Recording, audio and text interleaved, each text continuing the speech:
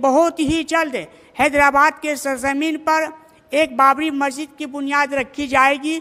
कब से उसकी बुनियाद रखी जाएगी आप इस वीडियो में देख सकते हैं। हमने ये डिसाइड किया कि हैदराबाद तेलंगाना में भी बाबरी मस्जिद की यादगार बनेगी और उस सिलसिले में बहरहाल ग्रेटर हैदराबाद के जुरिडिक्शन में बाबरी मस्जिद यादगार बनेगी और उसके साथ समझिए कि कुछ वेलफेयर के इंस्टीट्यूशंस भी उसमें बनेंगे और इस सिलसिले में हम बहुत जल्द डिक्लेयर करेंगे कि कैसे कैसे ये रहेगा और कब तक समझिए कि हम इसका फाउंडेशन स्टोन रखेंगे। और बाबर के नाम से किसी को परेशान होने की जरूरत नहीं है। अयोध्या में जो बाबरी मस्जिद है उसका कोई एविडेंस नहीं था कि बाबर की तरफ से कोई रेवेन्यू उस मस्जिद को बनाने के लिए आया था।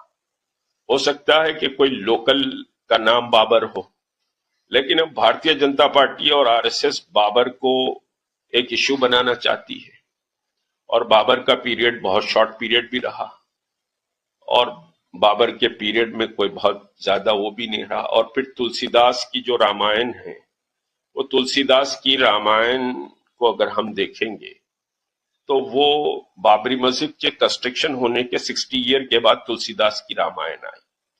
उस रामायण में कोई जिक्र ऐसे नहीं है कि बाबर की बर्थ प्लेस राम मंदिर थी और राम मंदिर को तोड़कर हमारे राम की समझिए के साथ बर्थ प्लेस पर राम मंदिर थी, उसको बाबर ने तोड़कर बाबरी मस्जिद बनाई है। ऐसी कोई बात रामायण में नहीं है और वो 60 ईयर के बाद है। फिर हम देखेंगे कि बाबर का पीरियड शॉर्ट रहा, उसके बाद हुमायूं का रहा, उसके बाद अकबर का रहा।